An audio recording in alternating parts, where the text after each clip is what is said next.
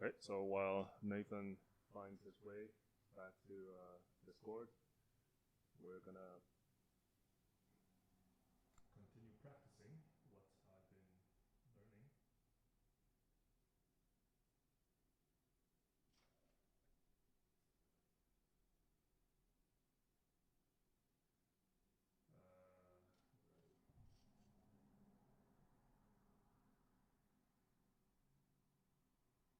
Okay, cool. This thing is really handy. I like it.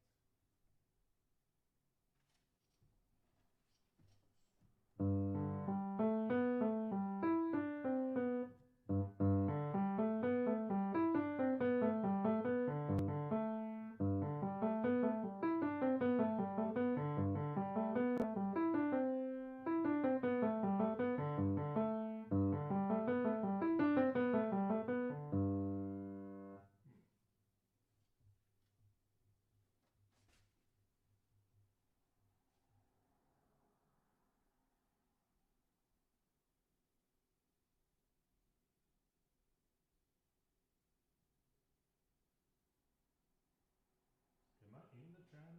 Am I in the channel? Check 1, 2, 3.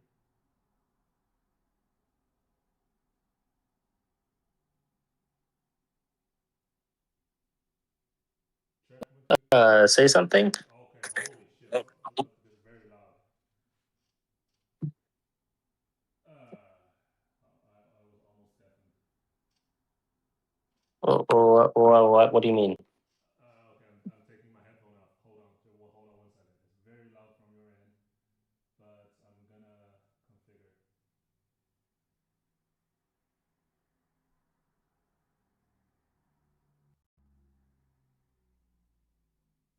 Okay, I'm turning your output to 50% and see how it goes.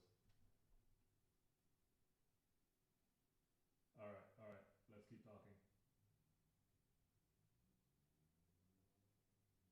Check 1, 2.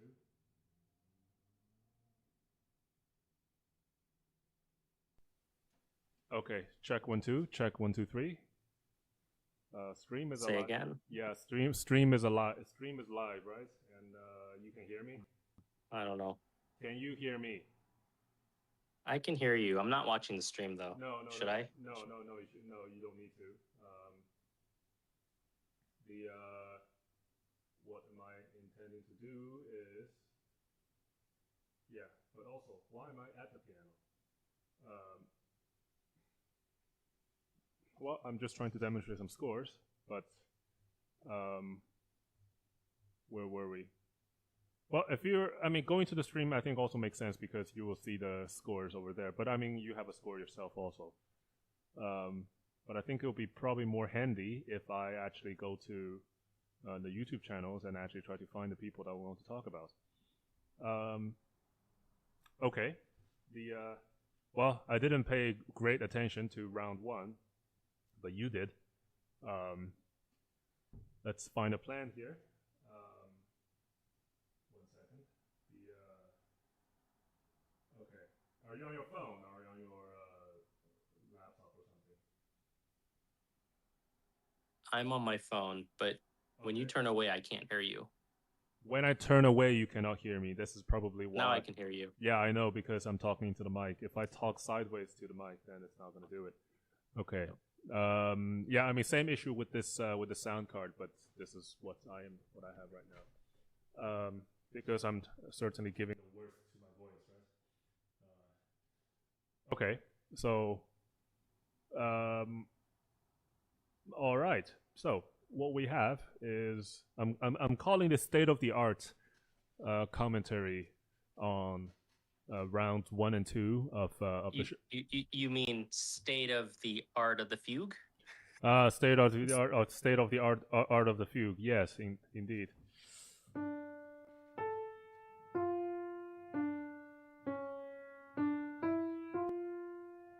Yeah, this is going to be our introduction now.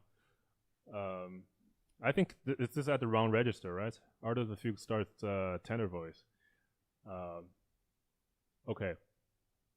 So, yeah, state of the art of the fugue commentary on rounds 1 and 2 of the Chopin competition.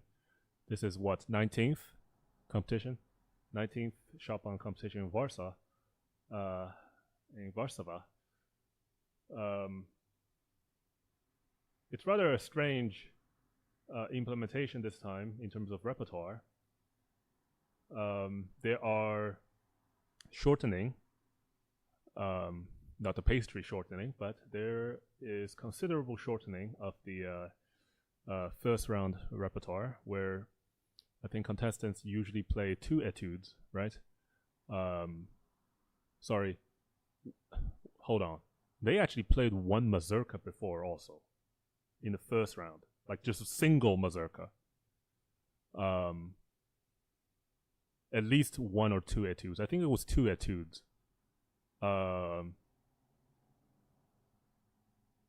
Nocturne and a big work, right? And the big work also includes the scherzos. So it was the 4 ballades, 4 scherzos, and then the barcarolle, and I think that's it, because they put the fantasy later on, or the fantasy wasn't even of regulation back then. So, speaking of round 1 this time, what's so crazy about round 1? Let me see if I actually do have I will have data on the what is it? I'll have data on second round people who might have also performed very well in round 1.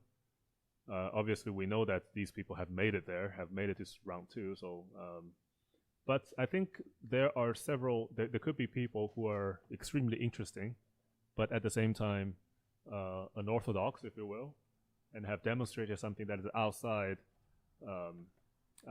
the norm, the outside academic norm, conservatory norm. So I wonder if the strange pianist from the streets has noticed such talent, or those who have been really knocked out of the park that that you actually wished that you want to listen for more.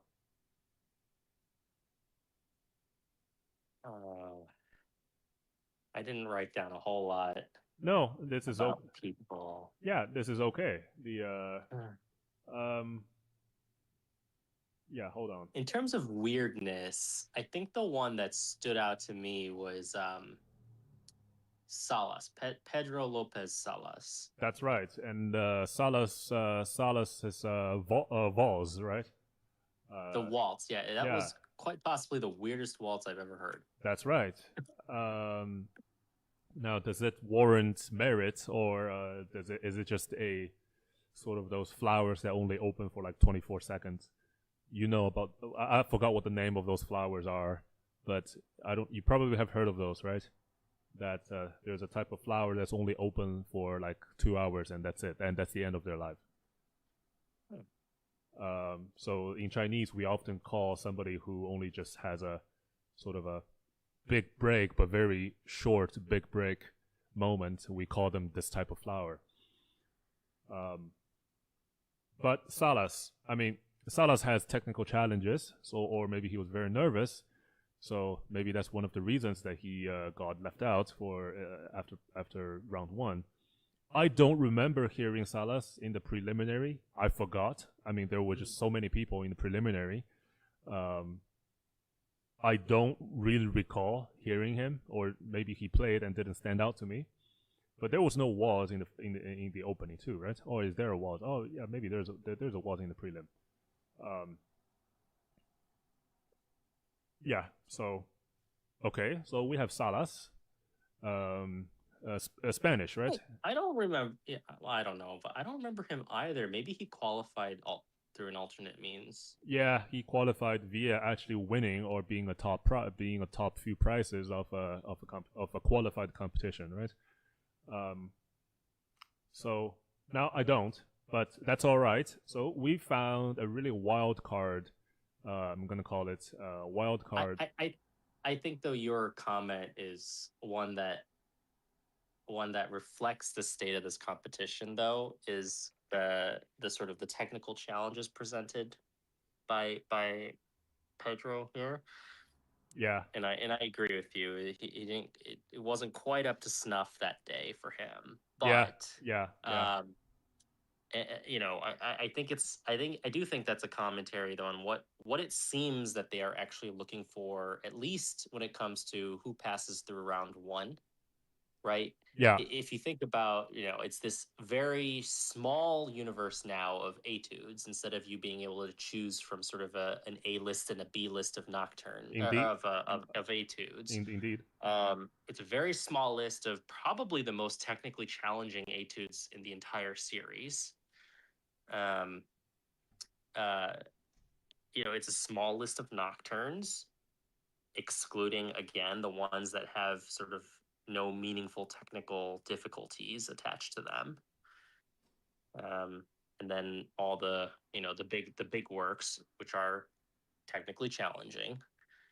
Um, Yeah, and and the waltz, which I think again these three waltzes have quite, they require quite a bit of finesse to be able to manage them. And I don't know what the rationale is for the big work being narrower, other than to have something more of a direct comparison for pianists. So I don't know what they're looking for. I don't know what the jury's looking for, clearly, because I don't think we've quite agreed with the jury in terms of who moves on. But yeah. um, I think the philosophy of the first round, based solely on repertoire choice, seems to be one of technical proficiency. Yeah, this is a strong filter that also depends on the day that you're playing. Because I mean, I do hear, for example, somebody playing okay, that they have made it so far into round three, but then certain nerve or maybe the humidity caught up to him or her, that they are not necessarily the best of their best form on round three. The now I have on the screen right now, so folks, that you're able to see that for round one. Now I'm not showing everything to you here, but what I'm showing is round one, one of the etudes indicated below, which is from just five of them, and we're going to talk about them, and then a bunch of nocturnes. So, just in terms of this etude, I think back in the day, which was 2021 or maybe 2015, you were asked to play two etudes, to select one from each list. So certainly one list will contain more challenging, technically challenging work, such as the list that you see right here. And the other list might be something along the lines, let's say, of Opus 10 number 8. I can't play it, but it's what it is. So you might have other, let's say, facets of the etude world that you get to demonstrate, and they don't do that now. They just said the prelim has done it. We are only just looking for whether you can play hard work or not. So the ones that you saw here, Opus 10 number 1, the only one that I can choose. Okay. Enough of this. I'm on 2 bottles of beer, so this is my only excuse right now. Okay, but now the second one is Opus 10 number 2, which is the chromatic one. But of course, I think for those who play this piece, they will obviously know that this is a particularly difficult one. It trains a lot of your fourth and fifth finger.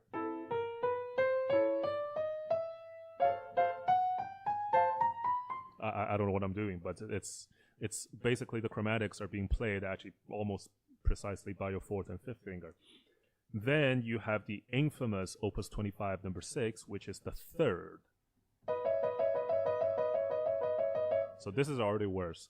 Now, and also, I'm surprised that Opus 25 number 10, which is the octave. What's the first note?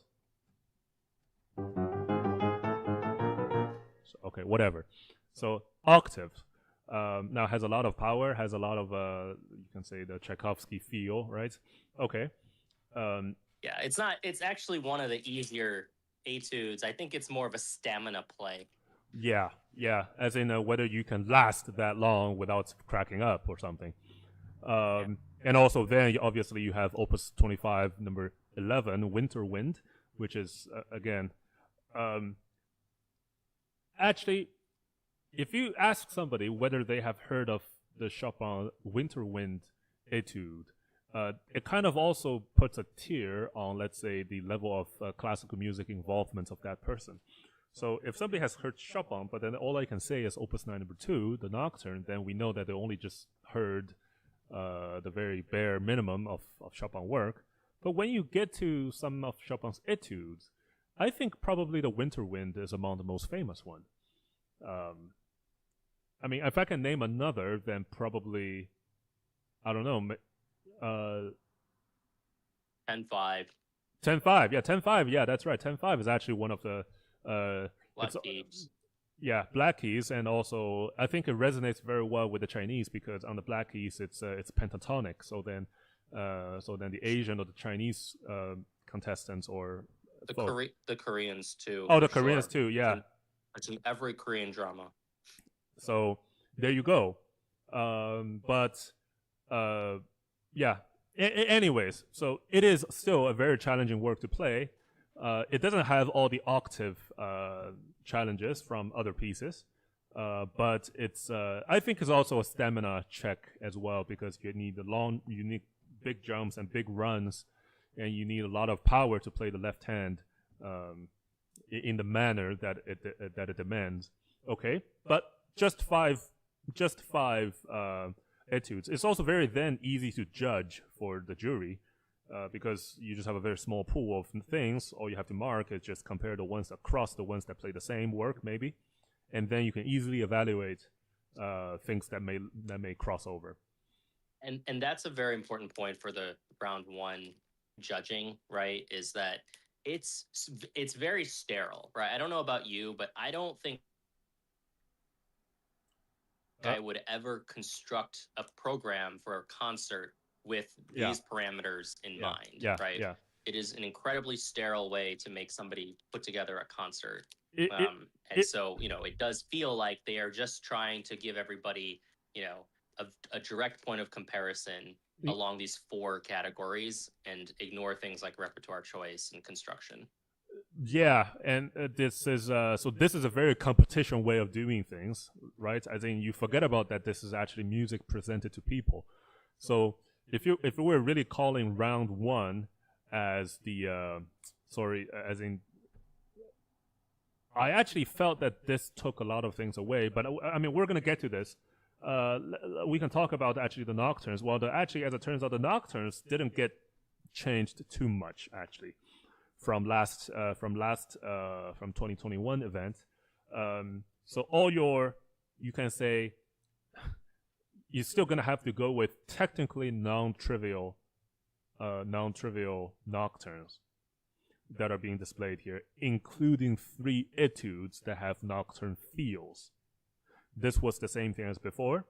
Obviously, Opus 10 number 3, which is the farewell, the etude. What's the word? Is it agony for Opus 10 number 6, or I forgot what it is, but then it sounds rather ominous. It's in E flat minor, so I think it's a great etude. And lastly, the cello 25 number 7, which is the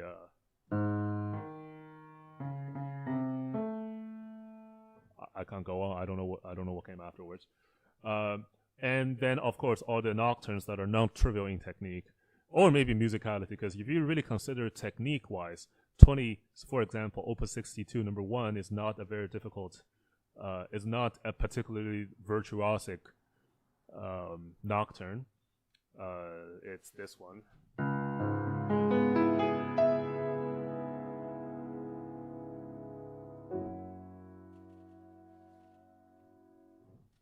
So even though I'm not boasting that I can play the thing well, I can guarantee you that my introduction just now is going to kick somebody's crap because I heard very unconvincing opening.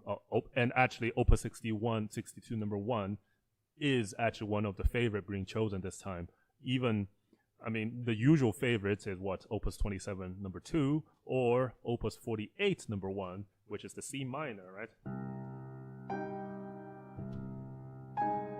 Okay, this is an etude for me. Yeah, usually it was Opus 27 number 2, right? If you folks remember. So these two nocturnes are typically chosen. I mean, they're great nocturnes too, but somehow I think 62-1 is making more of an appearance this time. Maybe it's just my impression that I listened to the few of them, they all seem to have 62 number one. So what are the takeaways from the repertoire choices for the nocturnes, let's say? I mean, it didn't change from last time, so I suppose that the impact of nocturne isn't as much as the etudes. Yeah, I think it's one of the few places that you get to show some personality of your own, because I still maintain that the nocturnes are a bit of an unruly set of Chopin's works where they don't mean what the title suggests they mean. Yeah. I think the nocturnes, many of them are incredibly cinematic, incredibly they take you on a big journey a lot of the time. Yeah, I agree. I agree with that. And it sounds actually, sometimes you could even say that some of the nocturnes may be snippets of a ballade. I mean, maybe a shorter version of a ballade, right? I mean, it certainly paints a story, or paints certainly a self-contained story. Unlike some of the etudes, you can still cook stories into etudes, but then they are still a display of just very intermittent sceneries, or intermittent, or just very a temporary snapshot of something. So I think the nocturnes are nice. Now we move on to another now abridged version of the set of waltzes. So waltzes this time, just 3 waltzes, as opposed to, what was it before? 4? No, actually, no, 5 waltzes before. So if I can remember correctly, excuse me, it was actually the following. So Opus 18, which is the Grand Waltz. No, it's on B flat, but the key is in E flat, right? Okay, so I'm fucking up already.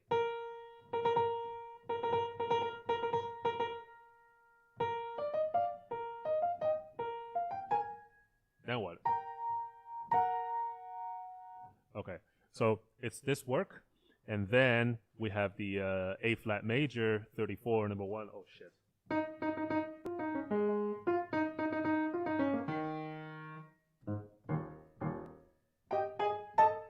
Whatever. I can't play this, but I'm not going to show this on the score as well, because that needs a larger transition. And then what do you have? Then you have 42, which is the basically the 2 against 3 feel. A flat major nocturne.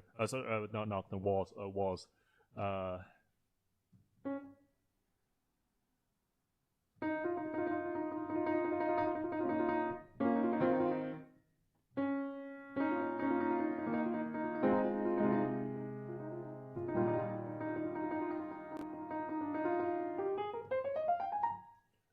I'm making shit up.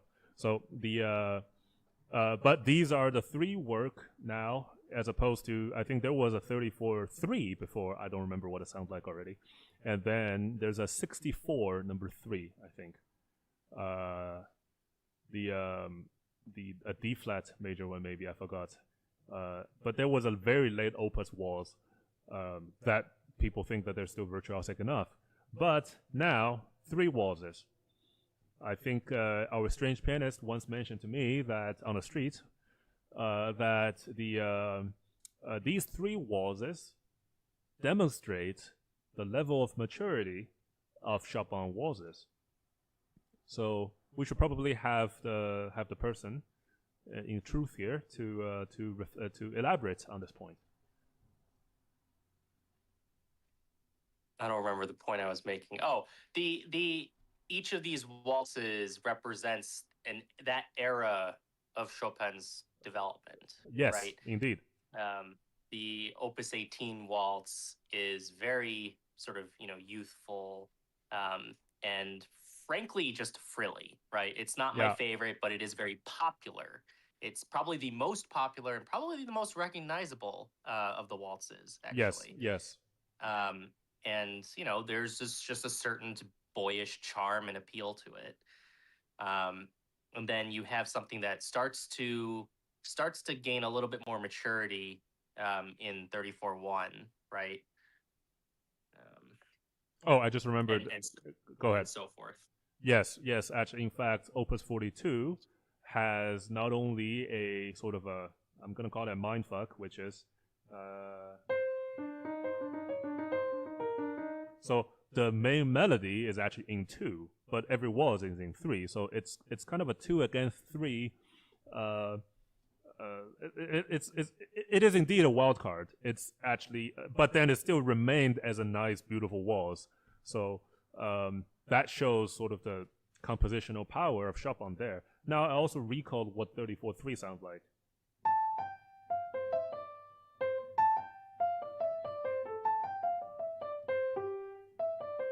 I can't remember now, but this is meant to be very fast. I think it's also the only, it is the only waltz that actually has a coda, or it's something else that I'm forgetting. Oh, maybe it's a mazurka. Okay, forget it. So, but anyways, so I think this 3 set of waltzes is where you may have a, where you can actually program into the nocturne and the etude that you just played, which is kind of formulaic. Because if you, etudes are just a technical display, right? So in this case, now we know that Chopin etudes are not just regular, let's say, churning etudes, but it almost is acting as if they are churning etudes here. Nocturnes, you get to actually really, you should kind of really need to pick a nocturne waltz combination to, let's say, fill in the middle of your repertoire. I see many people finishing their first round using the larger piece, which we're going to get to right now. But just in terms of sort of programming, I think it's actually quite nice that you actually think deeply about the nocturne and the waltz that you pick. Now, some people, of course, close with the waltz, sort of ending the night on a lighter note. That's fine too. But then that means also you need to pair something either heavy before the waltz, or you shouldn't end with the waltz at all. For example, I wouldn't think that the barcarolle to be played before the waltz will be nice, because barcarolle to me is not a heavy piece. It's too positive to be followed up by something that is also light. So now that's just my take. Now you can say that maybe Ballade No. 4, which is a very heavy ending piece and is also very maddening, then you can say, okay, let's end it up with a lighter note, fair, and then what else? Maybe Ballade No. 2, yes, Ballade No. 1 and 2, they all both end pretty either sad or, let's say, what's the word? Indignant. Sorry, it's not indignant from Ballade No. 1, but maybe just tragic. It's tragic as well. So maybe Ballade 1, 2, and 4 are the ones that one may think of to sort of pair with a lighter waltz. And I guess Opus 42 is actually the one that I'm trying to exclude here, because 18 and 34 are on the lighter side. But then you look at the pieces now. So in previous years, this list of larger pieces also contains the 4 scherzi. So that gave a lot of programmatic freedom, or at least versatility. But we don't have that now. But it's also easier for the judges to tell whether these people can actually play these work. In fact, the scherzi were required in the preliminary round instead of the ballades. I don't know, the Strange Pianist, if you remember that in the prelim, there was no ballades, but then there was a bunch of a scherzo. I think I heard like multiple scherzo 4s in a row. I don't know. Do you recall? And also fantasy. No, it was a while ago. And also fantasy and barcarolle, because that was also the other two that stayed in here. But anyways, I think the first round, this time around of the time, I think if you are solid that you can play everything through, then you will get to remain, because it was from 80 people to 40 people. And I can guarantee you there are 40 people who are going to miss, let's say, some part badly due to nerves or something. So if you stayed alive by not making a mistake, then you will move on. You will move on. Now, it's probably not the best thing to do, but the purpose of the first round is, I think, in my opinion, is almost like this.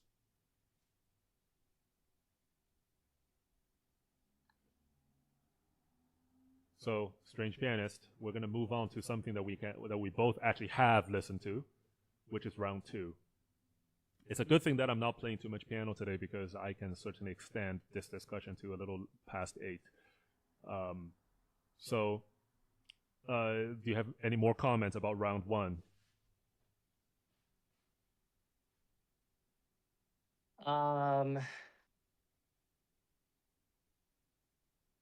And also, I do see that now, Nathan. I know that Strange Pianist. I don't know where Nathan came from. Strange Pianist, you were from. I see that you're probably one of the viewers in the stream. So, but there's indeed another viewer. So, if you're keen on providing some of your, let's say, commentary, or your at least you have witnessed something from the competition, feel free to share us in the chat, which I believe is still open. Yes, this is not just made for kids, so feel free to improvise. Yes, so Strange Pianist. What we're saying is, I guess round 1 is just what it is. But I am certainly generalizing a little bit more, maybe a little too much on its function. But looking at the results of round 2. No, sorry, as in who got into round 2, certainly the ones who have some technical shakiness are kind of all eliminated. I think that's right. I mean, look, there are many folks who I think we enjoyed listening to in a musical sense, who were unfortunately, eliminated early. Would have been probably more interesting. And it makes you wonder whether the metric they've chosen is actually the right way to approach this competition. Yeah, I know. I do have some sort of kind of more alarming questions in the back of my mind, but I'm gonna reserve them until we hear maybe the end result of number 3. Quite frankly, we can still also project this, right? You know what? Let's talk about round 2, and then I will ask you a question about the later rounds. So round 2 in this current setup, it has changed significantly, and this is the round where I think, I'm not going to call it a joke at the moment, but I think soon we will find out that I think this is not the first time they have done this.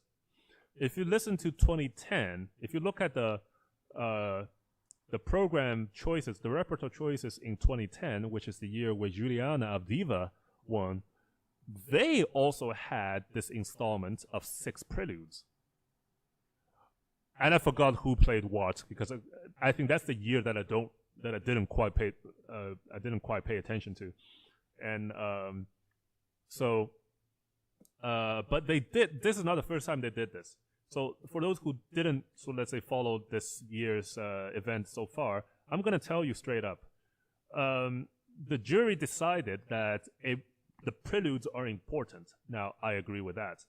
And then they decided further that there needs to be some preludes played.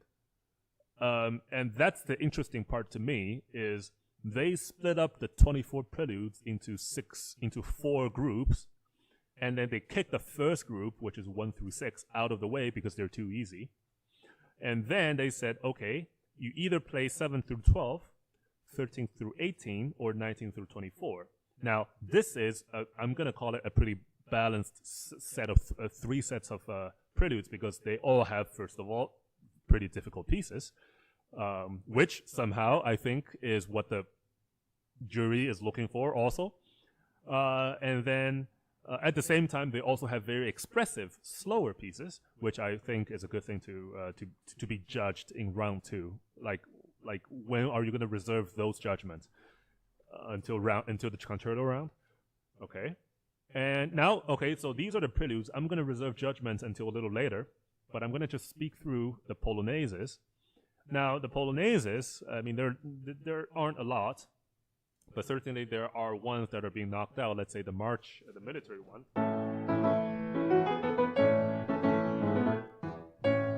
So this one, of course, is too easy because I think it's also too easy. Anything that I can play is too easy. So, and at the same time, anything that I can play that also is not structurally too difficult is something that should be eliminated as well. So this was Opus, what is it, 40? Opus 40. The military march, military polonaise. I mean, I think it's a cool piece, but I mean, whatever. So you still have your usual suspects of polonaises here, which is the Opus 22, which I think both Strange Pianist and myself do not like very much, but it is a polonaise. In fact, I think this is one of the winning factor of Ying Di Li's let's say, what's the word? Ying Di Li's victory in his campaign. This is right. Yeah, I think this is one of his winning factor of his 2000 campaign, and that was quite nice. But he kind of set the standard right there, like right there. He's the only person at the moment that I think who plays the opening orchestral part flawless and to the point.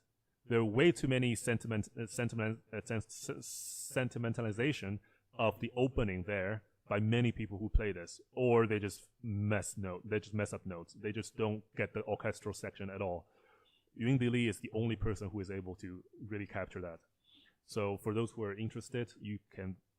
I mean, that performance is recorded separately and being in videos, in separate videos. So it's worth it. It's worth your time there. So. Now Opus 22 is over, and then we have Opus 44, which is the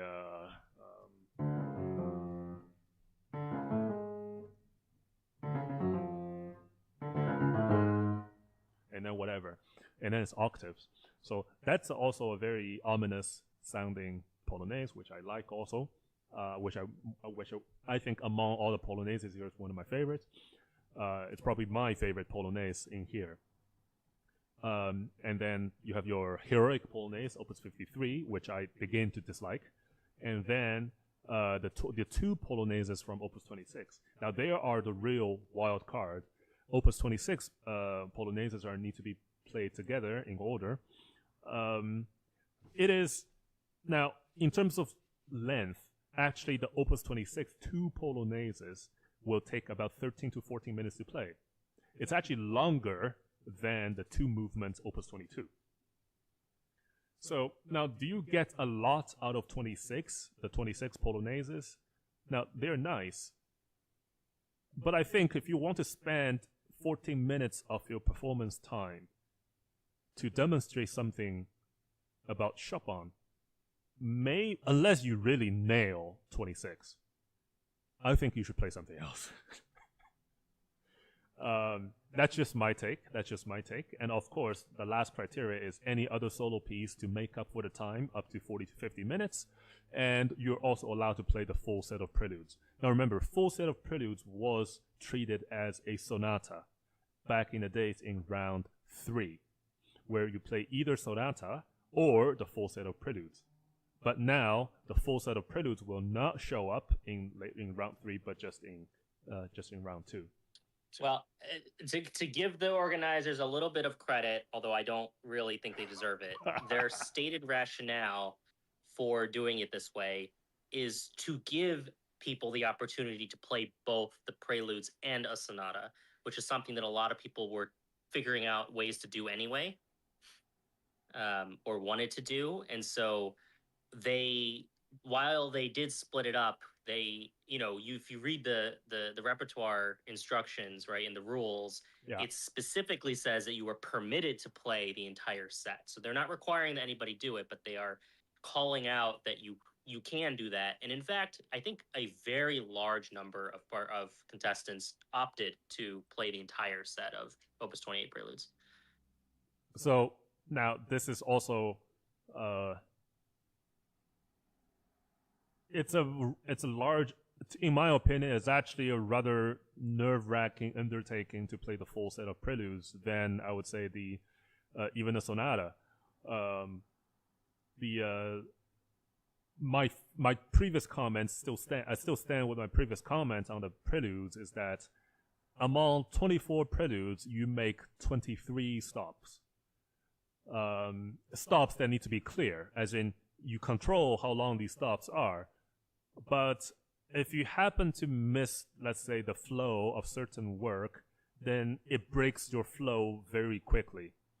I have heard even great pianists who plays this set of preludes live or from live recordings that they happen to, let's say, fall apart a tiny bit, for example, in number 8, or maybe in something a little earlier. Then their entire performance requires maybe another 6 or 7 preludes to really pick themselves back up, to really go back into their good status. And this is something that you probably don't feel as much if you, let's say, the level of familiarity with the sonata and the preludes is about the same. Let's say, I think for sonata you get to pick it up. I think you get to pick it up rather quickly because you don't stop. You cannot stop. So the preludes here, the room for resets is you have to capture 24 different characters rather than, let's say, 4 from the four grand characters from the sonatas. Now we also have heard that in round 2, there are a couple of folks who played the second piano sonata, which only clocks around 24 minutes, which they are certainly able to fit into if they only just play, let's say, 6 preludes or something, right? And they're also able to pair with the polonaise and maybe even squeezing another work, maybe a waltz, maybe a nocturne. Somebody played other nocturnes too. So as the Strange Pianist was saying, that people were trying to look for ways to play sonata and the preludes, and so then of course the organizers allowed it by reformatting. We have just learned. I have just heard, as in I think it was Hyuk Lee, who actually played the second piano sonata in the second round. He actually went on to play the third sonata in the third round.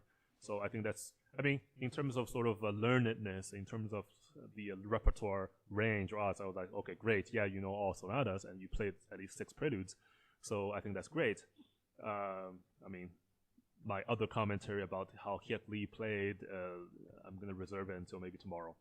So, okay, so this is round 2, and we have a bunch of preludes. What about them?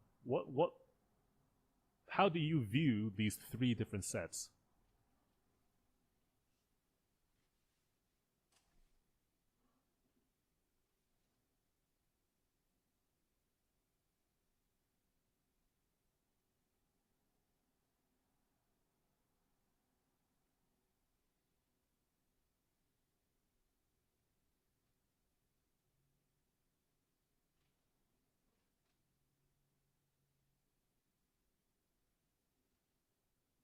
Hey, Strange Pianist, are still with me? Hello? Yeah. If you were talking, you were probably muted. Oh, look, I don't think I have a whole lot to add, which is it was constructed as a set, right? Yeah. And breaking it up, to put it more succinctly, you lose the character and you lose the point. Yeah. And they're clearly looking for something when they tell you to play 6 preludes, because they don't say pick any 6 preludes. They don't let you even play the first 6 preludes. Yeah. Unless you play it with another set of 6 preludes, right? And frankly, I think the most common arrangement was people will play at least the last 6, Yeah. right? And we can get into a whole discussion about about fisting at the end of that. But that sort of seems to be the big point here. Yeah. The I just feel almost icked out for this this fragmented set of preludes. Now, certain people have planned it rather well too. For example, somebody will play 13 up to 18, right? Now 13 is in F sharp major, so they will play something in F sharp major before this.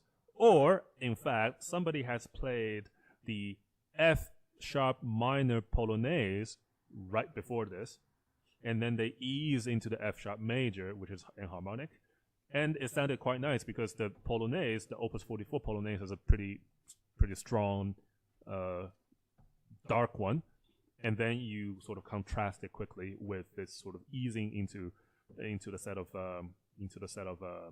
preludes. And in fact, 13 to 18 is what I usually call the high point, or at least includes the high points of the set of the preludes. So I think that's a nice arc. I mean, you get to plan things around. Number 18 is the one that ends in F minor, right?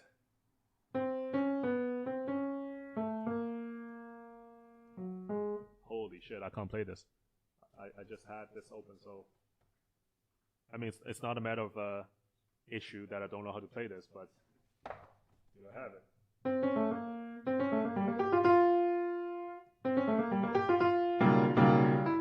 No, it was wrong.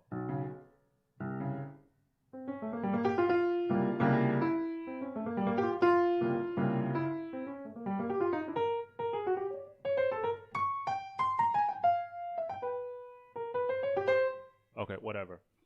And by the way, nobody actually, in my opinion, does this number 18 justice. Maybe only one person did, and I don't think he's in the third round.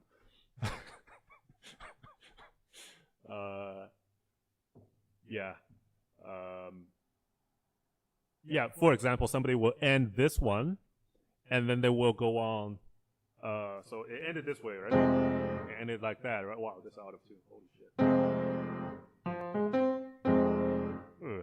Okay, so for example, this is what? This is F minor, and then someone will just cook in, let's say, a F major ballade, right? Or the another working F major. I keep forgetting. I think one of there's a rondo mazur or something that was in F major. So there are people who do that, and then to sort of morph into 19 through 24, because 19 is actually hard, right? 19 is the E flat major, and that one is awful because that one has the large jump in the right hand. You have to play fast also. That's like a very difficult Aeolian harp. Yeah. Now there are also folks who try to play something, let's say, is either in B flat major before it, so then it's a dominant into sort of a pickup into 19. Sure, fine. Yeah. But then, if you play the full set of preludes, now, Strange Pianist, I don't know about you, but I don't know whether you have noticed or not. For those who play the full set of preludes, what other work do they play? Have you noticed? Other than the required Polonaise? Yeah. Was there even really room? Yeah, I can't remember. You see, that's the thing. Because it was 40 to 50 minutes, right? So the full set of preludes is what? 36 minutes? 36, 37, or maybe sometimes people play slower, up to 40 minutes, right? So you don't really have room with any of the Polonaises, because other than 53, all other Polonaises are above 10 minutes. But I do recall, now, the common thing that people do is they play the full set of preludes and then they end with Opus 53. have you actually seen that somebody started with Opus 53 and then go on to play the preludes? Because the reason why I noticed that is because in my sheet of marks, I have something that is called program coherence and design. I know this is subjective, but I'm actually, judging is subjective, and I'm going to put my subjectivity on this. So I gave, for example, somebody who played the preludes first and the Polonaise next, I give them 5 points out of 10. But I do recall that somebody actually played the preludes first, the Polonaise first, and then the preludes. I just need to find that person. Yeah. Yumeka Nakagawa. My bad. So that was the lady who teared up during her own Raindrop prelude, and also certainly when she finished the preludes. Because I mean, I think she was messing up. She was playing very well actually, but she was messing up, and then she made also too many mistakes in the Polonaise as well. That I don't think that's the reason she couldn't make it through. I kind of liked what she did because it was very personal. And where do you get more personal than in the preludes? Anyways, however, for those who end on the preludes, I give them 4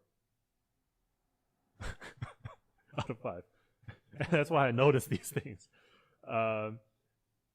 But there's actually one more person. Wait, where is it? Is it Kai Min?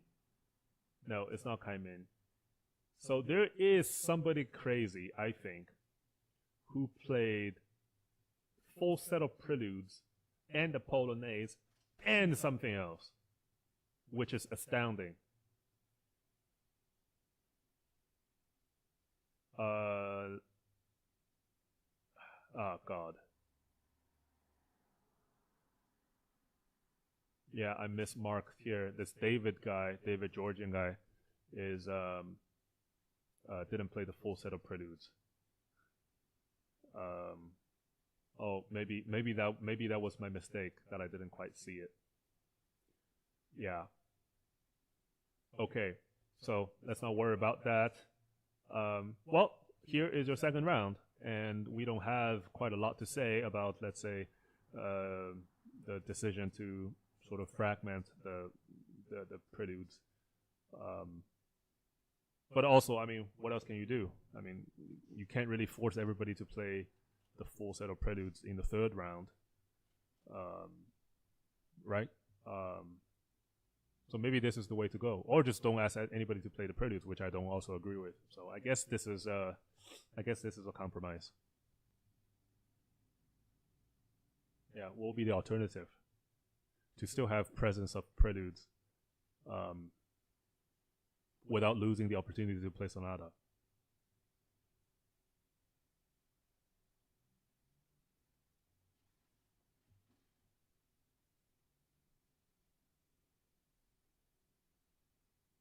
Oh God, did I lose this? Oh no. Wait, I'm having connection issues. Am I losing? Oh God, I'm losing this. Yeah, it seems that I am losing connection to the Strange Pianist, and also myself actually with Strange Pianist is back.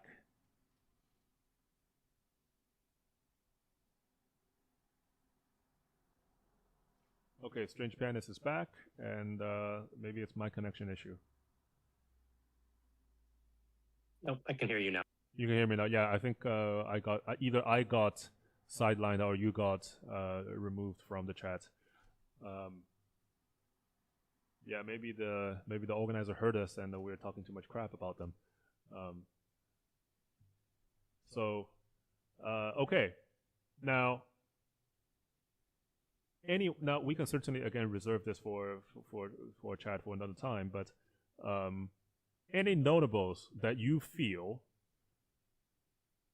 that should be, let's say, should advance, or maybe these are the people that should be guaranteed to advance, regardless of let's say, as in, after hearing this person in round 2, you'd be like, I don't actually need to hear his round 3. I think this person should be in the final.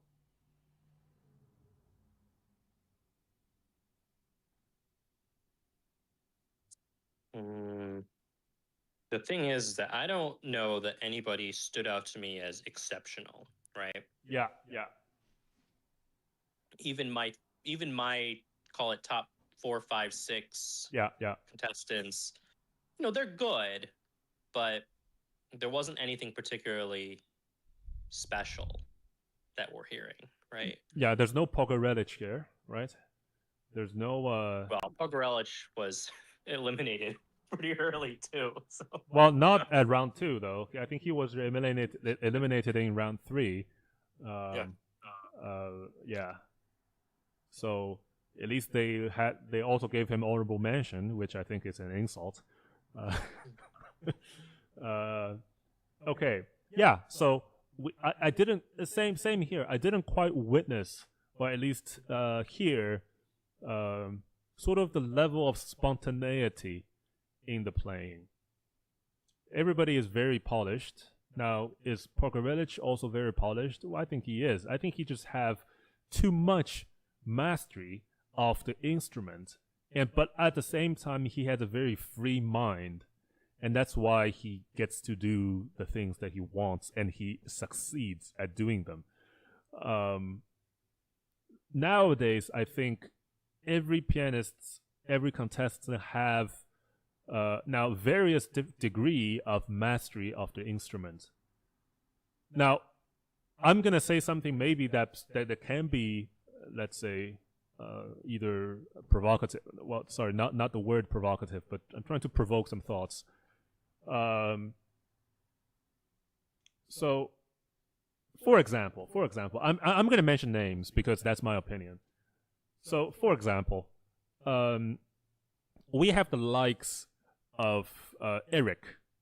We have the likes of what's his name? Yeah, we have the likes of Kevin. We have the likes of who else that I feel that they should be put in the same category? William. We have also the category of William.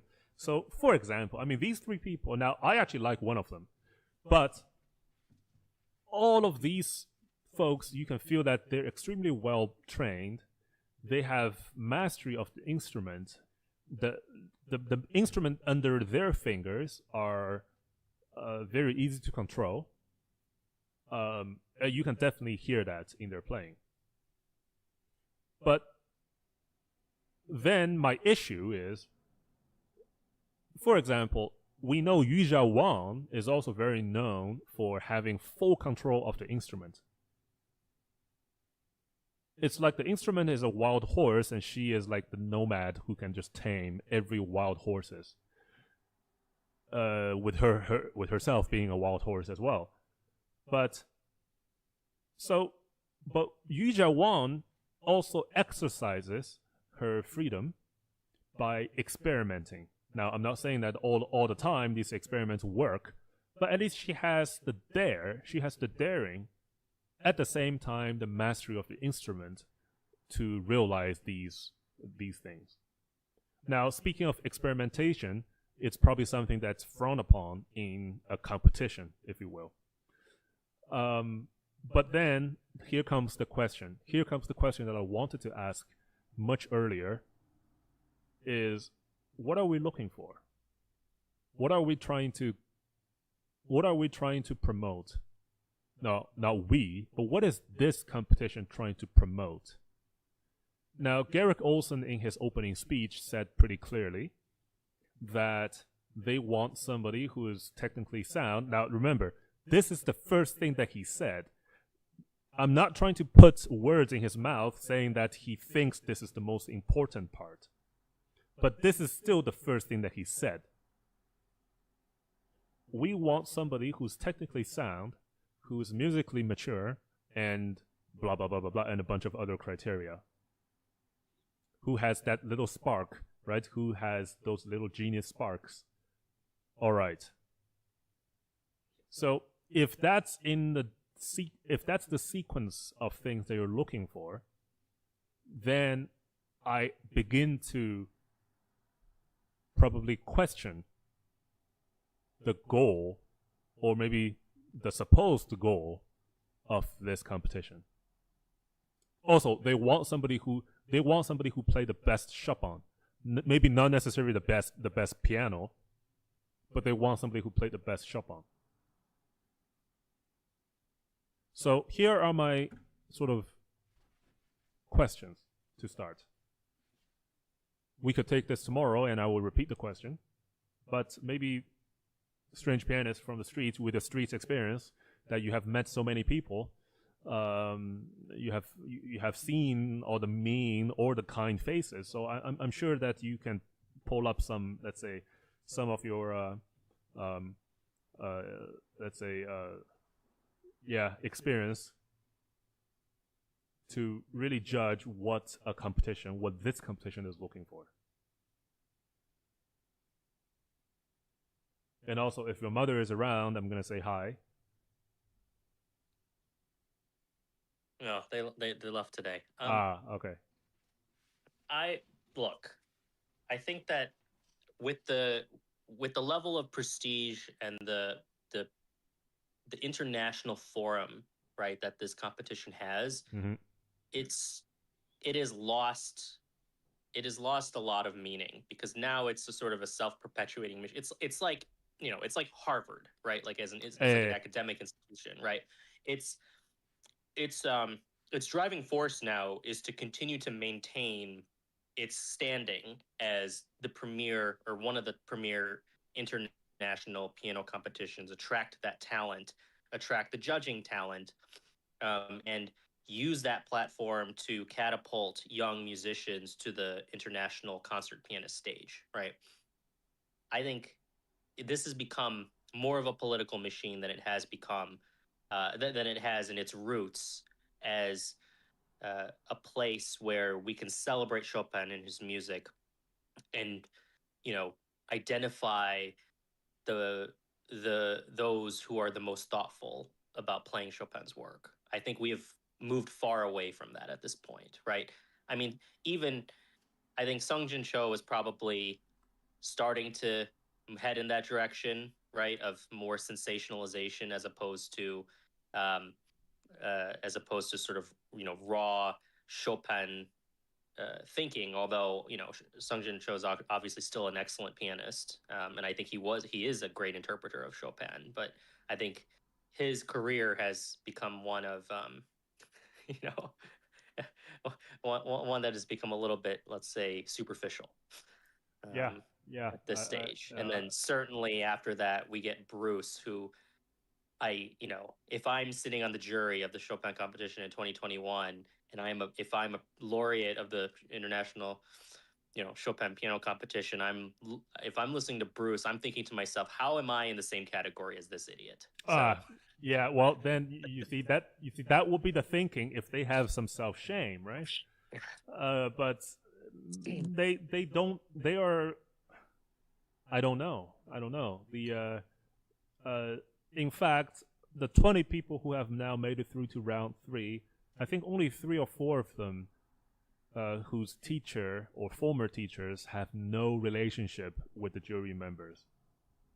So, in the sense that either their current teacher is on the current jury, or their current teacher or former teacher is on the current jury or previous juries. So, yeah, this time only 3 people who were, I think 2 were from China, that they never had folks who were related to people on the jury.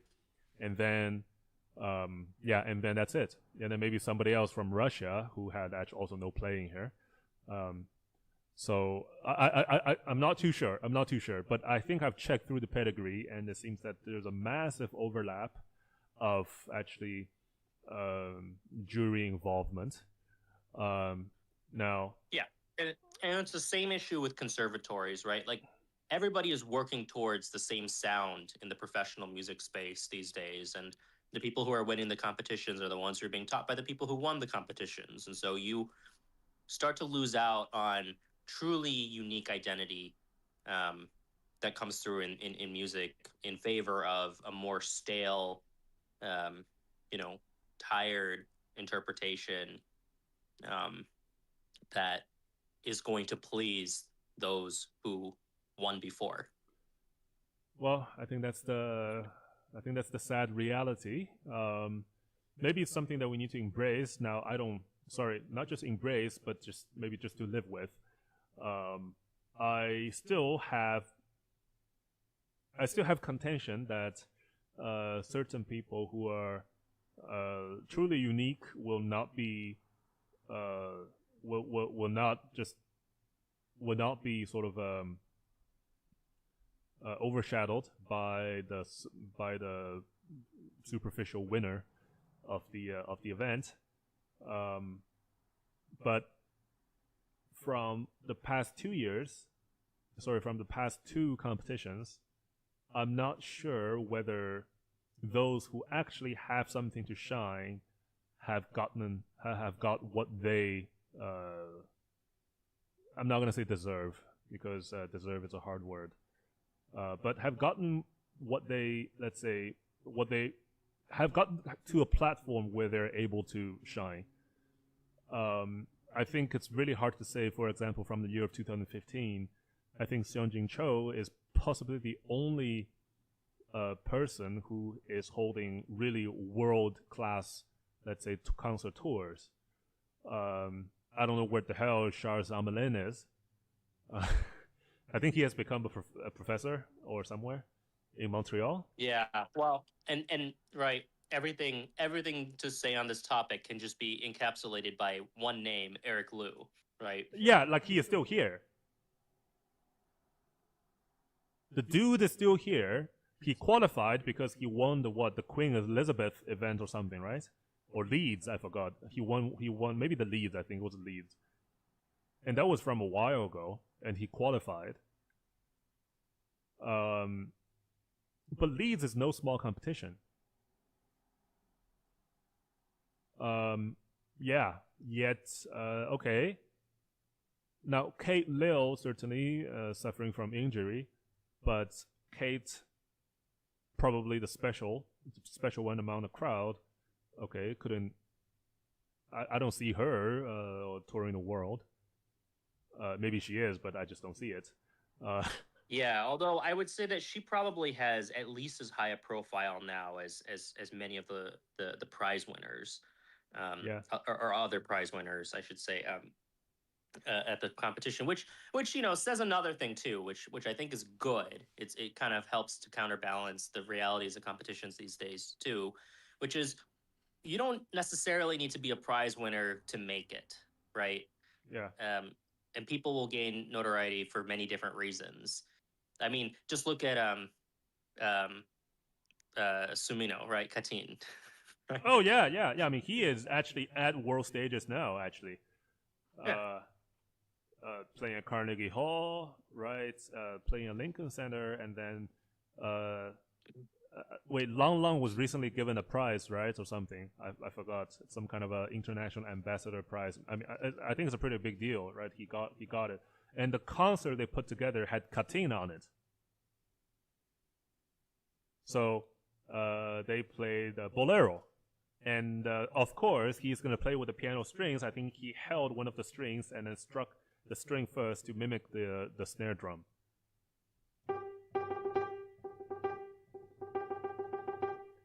But maybe lower G. Anyways, so okay, you see, great. I mean, I think Katin is a good influence. Now, I don't like his Capucin, but that's but not many people like Capucin, anyways.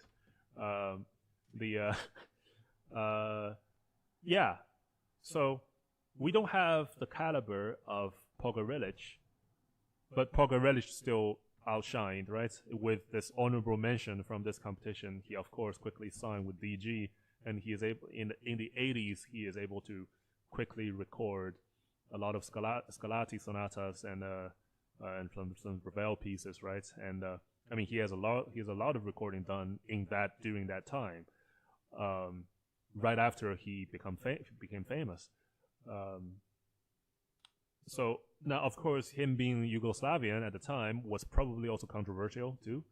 That probably drew a lot of attention. But even taking his identity away, the guy is still a bona fide badass on the piano. So, so that's regardless of politics.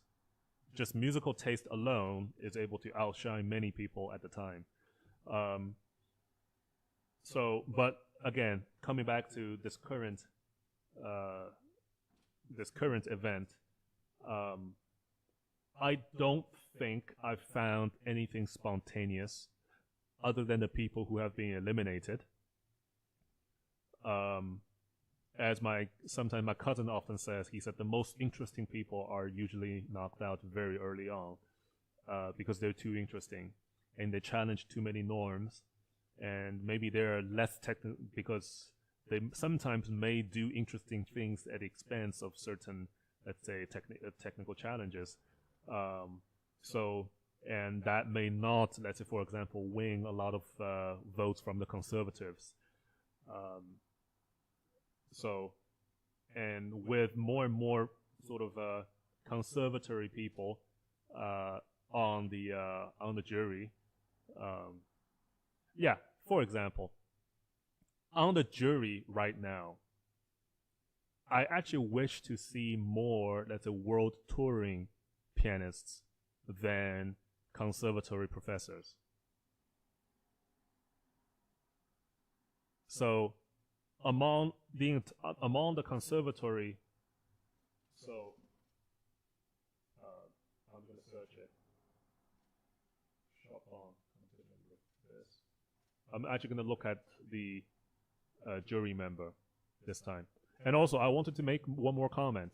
Earlier, I said that on the jury member, there are a lot of people who have a lot of clout, and of course, a lot of their students or maybe have relationship with the current jury or former jury members. Do you know? I think I'm gonna take a wild guess here. Who on the jury actually has maybe the least amount of connections or maybe number of students related? I'm actually gonna call Garrick Olson.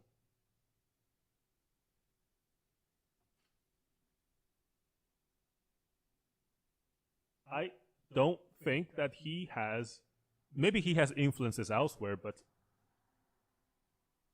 or maybe you can say Juliana Avdiva, who is very young, right? And then Sa Chen, who is also very young. Well, Sa Chen is no longer too young, but Sa Chen at least is from China. So, and I don't hear that her students made it to some other places. So yeah, although I think Juliana does a lot of masterclass teaching. Okay, so Juliana is now sort of casting her clout.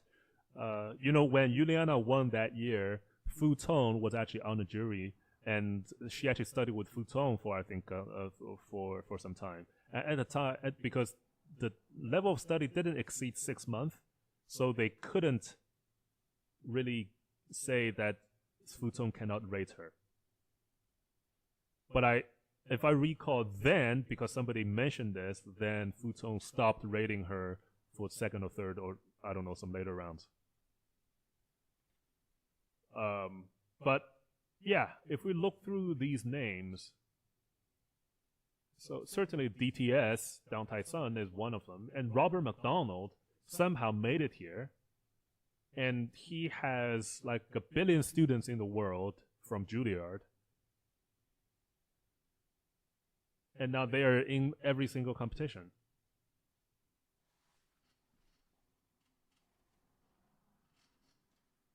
Yeah, I mean Peter Plesny was actually a fantastic pianist himself. So I heard his actually I listened to his Ballade No. 2, and I really enjoyed it. So these people can play. But they don't play anymore, right? They can teach, but they don't play on world stage anymore. So this brings me back to the point of what are we looking for? It also shows in the playing. Because, for example, the Japanese lady, the 30-year-old Japanese lady, who has a rather pretty golden tone actually on the Steinway. But you see, to me, I will let her pass to third round, even in the final. I will do that. But I know for a fact that she will not win. And also, maybe that's not her goal here. She just came here to play, and that's very admirable already. But she will just be here to take a third place, or maybe to take a fourth place. Not because that she actually has that actual setup, but she is the definition of a craftsman who is obviously talented, but not to the point of a genius. And that's really that's a really harsh thing to say at their level. But I think that's the truth. There are pianists who are obviously talented. And then there are pianists who are obviously hardworking. At the moment, from everybody in the last 20, I think only, maybe not even one that I can call that are obviously talented. They're all obviously hardworking. And unfortunately, I think that's the nature of this. So they have selected a bunch of hardworking people. If my point stands.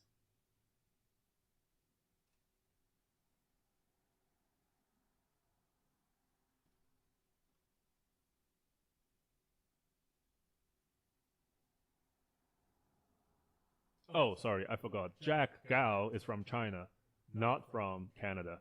So I don't have to apologize for him. Anyways. So I think I've ranted quite a bit. I'm gonna, Strange Pianist, please make your comments if you have some formulated thoughts, then please say them.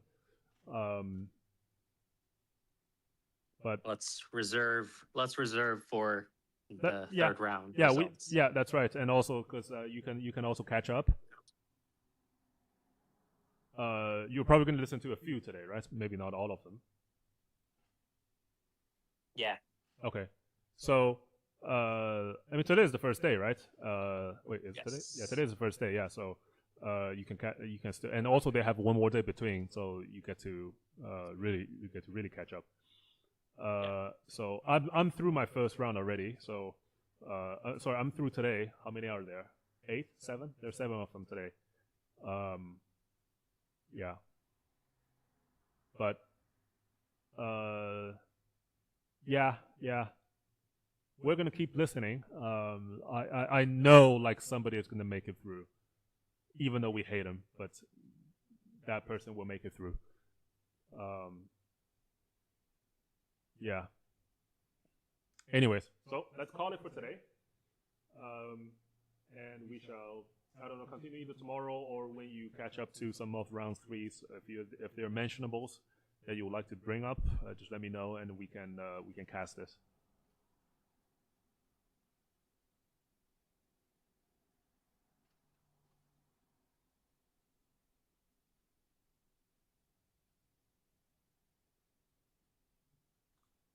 Okay, so we are gonna check out now. So thanks very much for those who were, well, for the person who was tuning in. Thanks a lot, and we will talk another time.